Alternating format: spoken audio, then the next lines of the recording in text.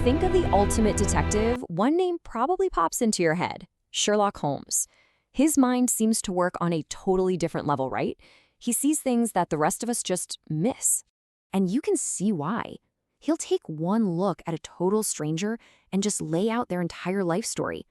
For his partner, Dr. Watson, and for us, it really does feel like it's some kind of magic. But here's the big question, isn't it? Is it really magic, or is it a method?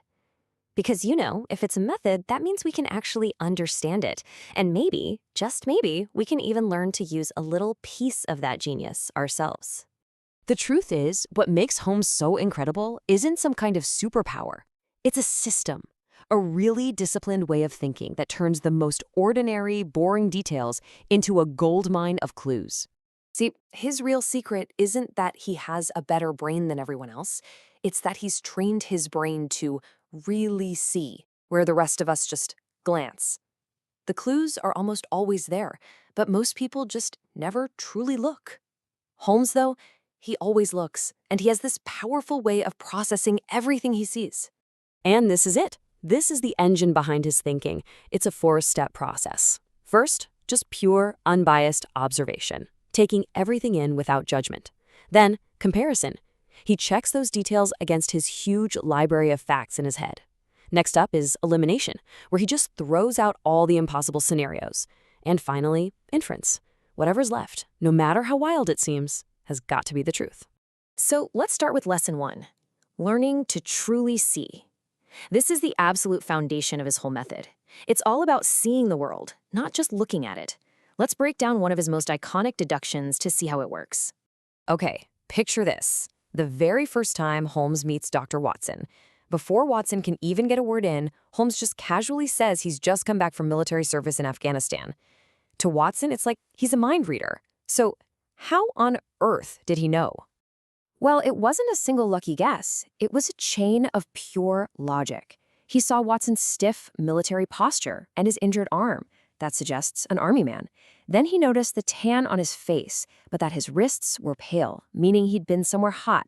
And that tired, sick look on his face, that points to hardship. Each one of those is a little piece of data.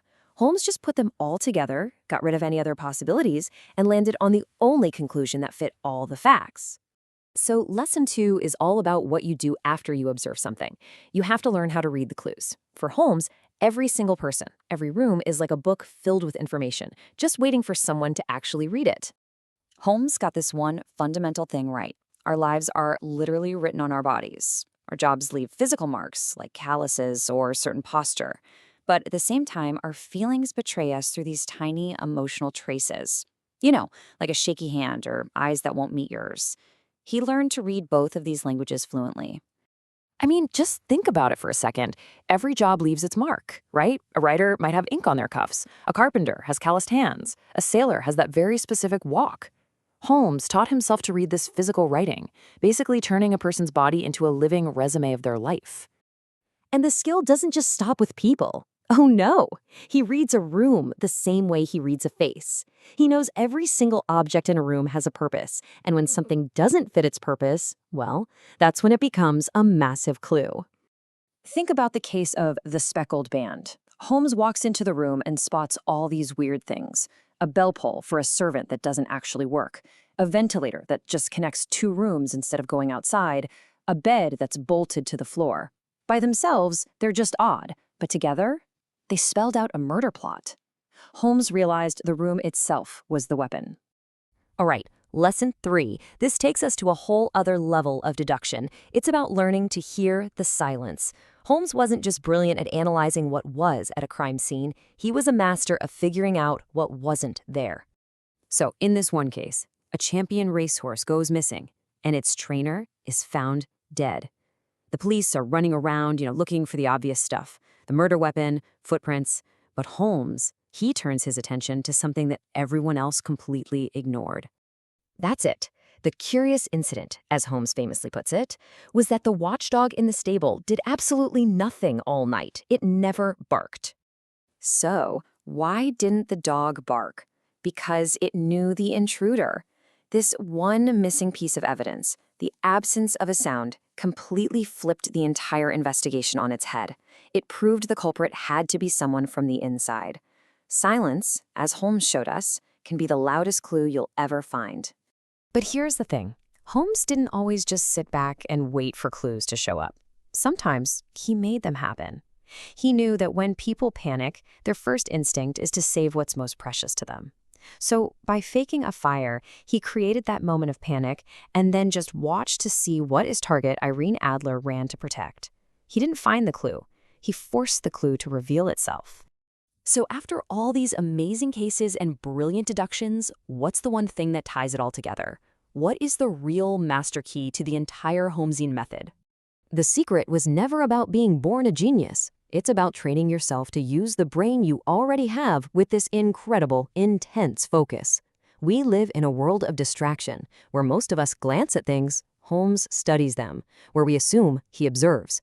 He gives his full, undivided attention to the tiny details that everyone else just writes off as unimportant.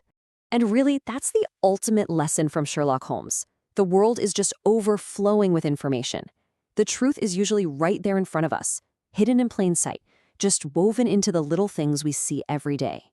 The method is pretty clear. The clues are absolutely everywhere. So the only question left to ask is, what clues are you missing? So when you think of Sherlock Holmes, what comes to mind? Probably the impossible cases, right? The big, dramatic reveals. But here's the thing. His real genius isn't some kind of magic. It's a method. A really powerful, systematic way of seeing and thinking that honestly anyone can learn from. This is about more than just solving crimes. It's really about mastering the art of thinking itself. This quote just nails it, doesn't it? Holmes doesn't just find the bad guy. He rebuilds entire hidden realities from the smallest little pieces. That overlooked object, that could be the key to the whole puzzle. And you know, the most important clue is often the one nobody else even saw as evidence in the first place. Okay, so to really get inside his head, we're going to break down 5 core disciplines. We'll start at the foundation, the art of seeing. Then we'll see how he builds systems from clues, thinks way beyond the crime scene, deconstructs deceptions, and finally we'll look at the disciplined imagination that ties it all together.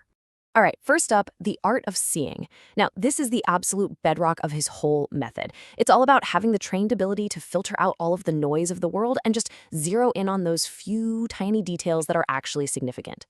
Think about it. To most of us, this stuff is just background noise, right?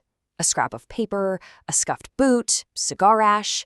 We see it, but we don't observe it. But for Holmes, these are the starting points.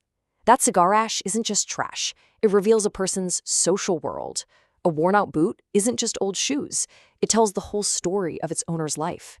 And this right here, this illustrates the crucial difference perfectly. An ordinary person walks into a room and just sees what's there. Holmes walks into that same room and sees what's meaningful. That distinction between just being present and being truly perceptive, that's the first big step toward his kind of genius. Okay, so let's move on to our second principle and see how this all connects. Because Holmes doesn't just collect a bunch of random facts. No, he understands that clues exist within systems, where every piece connects to another to form this big, coherent picture. A perfect example of this is the case of the Blue Carbuncle. So a stolen gem is found inside a Christmas goose. Weird, I know. But Holmes doesn't start with a gem. He starts his investigation with something way more boring, a dusty, beat-up hat that was left at the scene. And watch how he just systematically breaks it down. First, the material was expensive once, which points to a man who used to have money. But its shabby condition, that suggests he's fallen on hard times. And the size of the hat, it's large, suggests an intellectual. Now, each of these observations is pretty small, almost trivial on its own. But when he weaves them all together, they create this portrait of the owner that is incredibly detailed and, you know what, shockingly accurate. So, this gets at a really key idea. Convergence. Holmes almost never relies on a single aha moment. Instead, he builds his case by layering all these small, independent observations until they all point in one undeniable direction. The real power is in the pattern. All right, now we're getting to a really advanced level of his thinking. This is his ability to see a crime not as just one isolated event, but as the final link in a chain of causes, a chain that can stretch across time and space. We see this so brilliantly in the 5 Orange Pips. You've got these mysterious deaths happening in England that seem totally random, until Holmes connects them all the way back to a secret society that was formed decades earlier during the American Civil War. See, he doesn't just solve the crime, he unearths its entire history. And that's the big difference, right there. A typical detective gets stuck at the crime scene, asking, okay, who did this? But Holmes asks a much deeper question.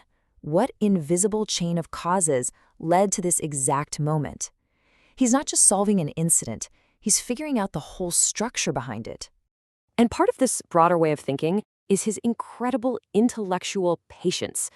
He famously solves the case of the racehorse Silver Blaze by focusing on what he calls the curious incident of the dog in the nighttime.